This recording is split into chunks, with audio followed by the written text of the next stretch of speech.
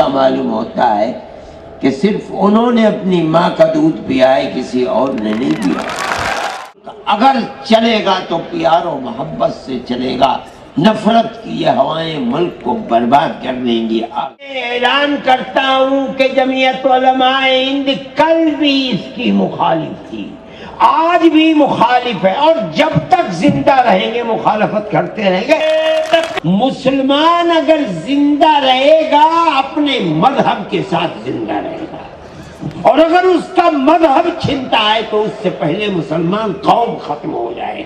بغیر مذہب کے مسلمان قوم نہیں ہے۔ جو 70 سال میں کہنے والے لوگ پیدا نہیں ہوئے تھے، آج کھڑے ہو کر کے کہہ رہے ہیں کہ ہم 20 کروڑ مسلمان اور 6 کروڑ کرسچنوں کو اپنے گھر واپس لائیں گے، یعنی 20 کروڑ مسلمانوں کو ہندو بنائیں گے، 6 کروڑ کرسچنوں کو ہندو بنائیں گے۔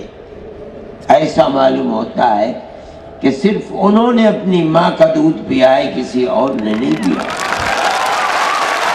جمعیت علماء ہند ملک تو برباد ہو جائے گا۔ یہ تو فیصلہ کل کرے گا، آنے والا دن بتائے گا کہ کون کیا رہا اور کیا بنا، لیکن آنے والے دن آنے تک گلی کوچوں میں جو خون بہے گا وہ کس کا بہے گا؟ اکثریت کا بھی بہے گا، اقلیت کا بھی بہے گا۔ جمعیت علماء ہند اس کو برداشت نہیں کرتی۔ ہم کہتے ہیں ہر ایسی آواز جو ملک کو تباہی، بربادی، بدامنی، دشمنی کی طرف لے کر چلتی ہے، وہ آواز ملک کے غدار کی آواز ہے، ملک کے وفادار کی آواز ہے۔ جمعیت علماء ہند کو یہ کہنے کا حق حاصل ہے۔ ہمارے بزرگوں نے 100 سال کے اندر فرقہ پرستی کے خلاف اپنی جانوں کو قربان کیا ہے۔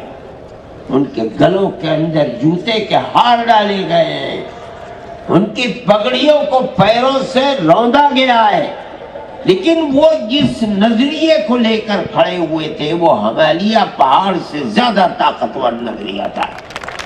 1 انچ کبھی پیچھے نہیں ہوئے۔ اپنوں کی گالیاں سنی، لیکن یہ کہا اور برملا کہا کہ ملک اگر چلے گا تو پیار و محبت سے چلے گا، نفرت کی یہ ہوائیں ملک کو برباد کر دیں گی، آگ لگا دیں گی۔ قومی ایکتا، ہم نے یہ بات ملک کی آزادی سے پہلے کہی تھی۔ ہمیں یہ حق حاصل ہے کہ ہم آج بھی وہی بات کہتے ہیں، اس سے کوئی سروکار نہیں کہ اس وقت نفرت کا پرچم کس کے ہاتھ میں تھا اور آج نفرت کے جھنڈے کو کون اٹھائے ہوئے ہے۔ ہم سمجھتے ہیں کہ اگر حکومتیں اس پر خاموش ہیں تو وہ حکومتیں اپنے ملک کی جڑ کھود رہی ہیں۔ ہمارا یہ فرض ہے کہ ہم لوگوں کو آگاہ کریں۔ ملک کے اندر پیار و محبت کی جگہ دشمنی، قتل و غارت گری، لوٹ مار سر چڑھ کر کے بول رہی ہے، اور حکومت اپنی جگہ کے اوپر خاموش ہے۔ ایسا معلوم ہوتا ہے کہ جو لوگ آگ لگا رہے ہیں اور آگ اگل رہے ہیں، حکومت کے چشم و ابرو کے اشارے پر ہو رہا ہے۔ تو یہ آدمی کہتا ہے کہ ہم نے گاندھی جی کو مارا ہے، ہم ہندو سبھا کے لوگ ہیں اور ہم اسی طرح ماریں گے۔ ویڈیو کے اوپر ایک بے قصور آدمی کو، ملازم کو، مزدور کو بلایا جاتا ہے، قتل کر دیا جاتا ہے۔ گائے کے نام کے اوپر مسلمان کو قتل کیا جا رہا ہے۔ کرسچنوں کے گرجا گھروں میں آگ لگائی جا رہی ہے، اور حکومت وہ لوگ جو بول رہے ہیں جلسوں کے اندر کہ ہم مسلمان عورتوں کے اوپر بڑا ظلم ہو رہا ہے، ہم انہیں 3 طلاق سے نجات دلانا چاہتے ہیں، ان کی زبان بند ہے، وہ اس ظلم و زیادتی کے اوپر کبھی نہیں بول سکتے۔ اس کا مطلب ہے کہ جو ہو رہا ہے ٹھیک ہو رہا ہے، ہم کرا رہے ہیں، ہمارا ملک ہے، ہماری طاقت ہے، ہماری حکومت ہے، ملک میں وہی رہے گا کہ جو ہمارے نظریے کے اعتبار سے چلے گا، نہ کوئی دوسرا مذہب ہوگا، نہ کوئی دوسرا پرسنل لا ہوگا، جس کو رہنا ہے ہندوستان میں ماترم کہنا ہے۔ ہم یہ سمجھتے ہیں کہ یہ چیز اس ملک کی گلی گلی کوچے کوچے خون بہانے والی، آگ لگانے والی چیز ہے۔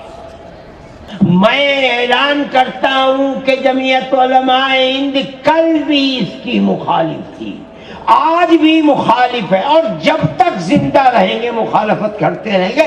تکبیر!